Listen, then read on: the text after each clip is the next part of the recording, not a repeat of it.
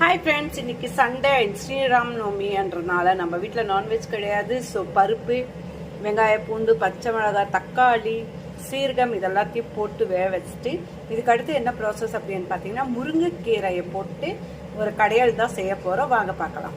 So friends, அடுத்ததாக வந்து முருங்கைக்கீரையை இந்த மாதிரி நம்ம நல்லா வாஷ் பண்ணி எடுத்துக்கலாம். என்னதான் மரத்தில் இருந்து பறிச்சாலும் அந்த டஸ்ட் நிறைய இருக்கும், அதனால நம்ம க்ளீன் வாஷ் பண்ணி எடுத்துக்கலாம். இப்போ பாருங்க, சூப்பராக வாஷ் பண்ணியாச்சு. இதை வந்து அதில் ஆட் பண்ணிடலாம். வேவச்சு வச்ச இந்த பருப்புக்குள்ளேயே நம்ம இந்த கீரையை எடுத்து போட்டு ஒரு 2 நிமிஷம் கொதி வர மாதிரி விட்டுறலாம். ஃப்ரெண்ட்ஸ், இந்த மாதிரி போட்டு நம்ம மூடியை போட்டு ஒரு 5 நிமிஷம் நம்ம நல்லா கொதிக்க விட்டுறலாம். அதுக்குள்ள கீரை வந்து முருங்கைக்கீரை சூப்பராக வெந்து வந்துடும். ஃப்ரெண்ட்ஸ், எப்படி வந்திருக்கு பார்க்கலாம் வாங்க. பாருங்க, சூப்பராக க்ரீனிஷாக இருக்குது. இந்த டைப்பில் வந்து நம்ம எடுத்து கடைஞ்சிடலாம். ஆக்சுவலி இந்த மாதிரி மெத்தடு, இந்த மாதிரி கீரை குழம்பு, அது முருங்கைக்கீரையில் வந்து நான் இதுதான் ஃபஸ்ட் டைம் பண்ணுறேன். பிகாஸ் நான் செஞ்சது கிடையாது. பொரியல் செஞ்சுருக்கேன் அண்ட் பருப்பு சாம்பார் செஞ்சுட்டு அதில் வந்து கீரை தூவி விட்டுருக்கேன். அந்த மாதிரி தான் பண்ணியிருக்கேன். இதுதான் ஃபஸ்ட் டைம். ஸோ இது என்னோட மகாலட்சுமி சிஸ்டர் தான் சொல்லி கொடுத்தாங்க, இந்த மாதிரி சூப்பராக இருக்கும் செய்யுங்கன்ட்டு. ஸோ அதனால தான் அவங்களும் ஃபாலோ பண்ணிட்டுருக்கேன்.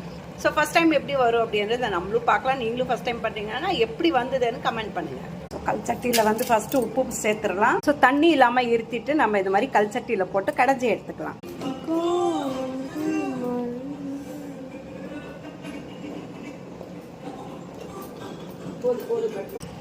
கடைஞ்சி பார்த்து என்னால் முடியல, இதுக்கு மேலே கடையிறதுக்கு. ஸோ ஹஸ்பண்ட் வரட்டோன்னு வெயிட் பண்ணிட்டு இருக்கேன். அவர் வந்த உடனே இன்னும் ஃபைன் கடையல் கடைஞ்சிடலாம். ஃப்ரெண்ட்ஸ், கடையல் முடிச்சிட்டோம். இப்போ வந்து தாளிச்சிக்கலாம். ஸோ எண்ணெய் கடாயில் ஊற்றி வச்சுருக்கேன். சின்ன கடாயை தான் வச்சுருக்கேன். கடுகு சேர்த்துடலாம். கடுகு பொரிச்ச உடனே நம்ம வந்து ஆனியனை சேர்த்துடலாம். அதோட கொஞ்சோண்டு சோம்பு அண்ட் கருவேப்பிலை, கொஞ்சோண்டு பெருங்காயம் நல்லா ஃப்ரை பண்ணி எடுத்துடலாம். உங்களுக்கு வந்து இந்த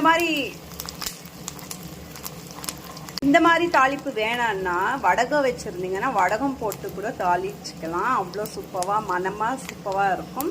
ஸோ வடகம் இல்லாதவங்க இந்த மெத்தடில் ஃபாலோ பண்ணிக்கோங்க. இந்த தாளிச்ச இதுலேயே 1 ஸ்பூன் போல் நம்ம நெய் போட்டுக்கலாம். உங்களுக்கு வேணும்னா எக்ஸ்ட்ராவாக ஆட் பண்ணிக்கோங்க, இல்லை நெய் பிடிக்காதவங்க ஸ்கிப் பண்ணிக்கலாம். தாளிச்சதை எடுத்து இந்த கீரைக்குள்ளே நம்ம போட்டுடலாம். அவ்வளோதான், சூப்பரான முருங்கைக்கீரை கடையல் வந்து ரெடி ஆயிடுச்சு. பாருங்கள், நீங்களும் ட்ரை பண்ணி பார்த்துட்டு எப்படி இருந்தது அப்படின்னு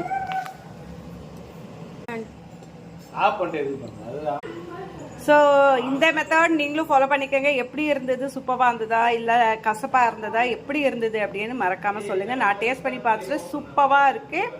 ஸோ சூப்பரான ஒரு கீரை கடையல் முடிஞ்சிச்சு.